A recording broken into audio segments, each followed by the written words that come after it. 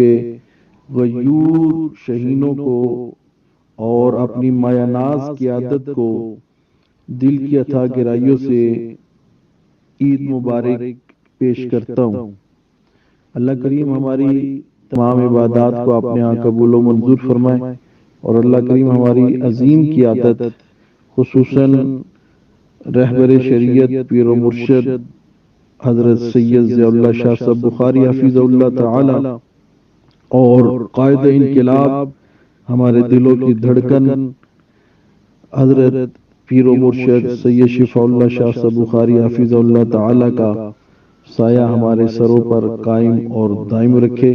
آج الحمدللہ جانشین شیخ القرآن غازی اسلام مولانا اشرف علی صاحب سے بھی ملاقات ہوئی اور ان کی دعائیں حاصل کی۔